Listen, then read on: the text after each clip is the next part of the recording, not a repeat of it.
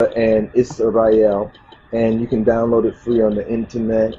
And we're probably going to post a link at our website as well. And those who are interested, just link us about that, or we'll try to put some information maybe in the description. But when we look in this map, look at the key of the map. The key of the map says Solomon's Kingdom, the yellow, and then the orange, like reddish orange. The orange, it says, is the area annexed after Queen of Sheba's visit, her state visit, and it was held for 40 years.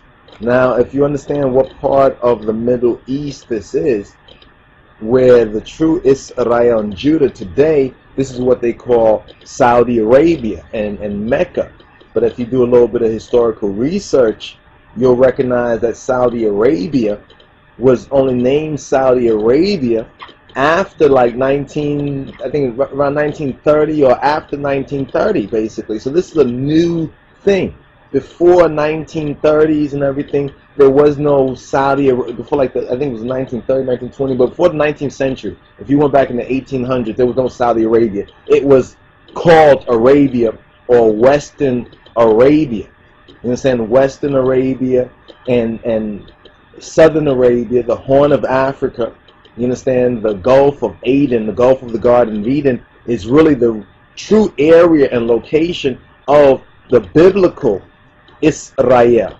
Because we've been pointing this out to ones and ones that according to Yahweh, according to El Elohe Israel, the land that was given to Abraham's seed was between the two rivers. And those two rivers are the Nile River, extending all the way along the coast of East Africa. That's why East Africans, if you really peep it, they have a different mentality vis-a-vis this world order, and the Somalians are right at the horn of this difference in the mentality. Ethiopians as well, Eritreans, Kenyans, and Ugandans, and Saudis. The Saudis actually are the real Ishmaelites, as well as the Somalians. These are Islamic or Ismailite Arab peoples that come from Abraham, that are all part of Abraham's seed.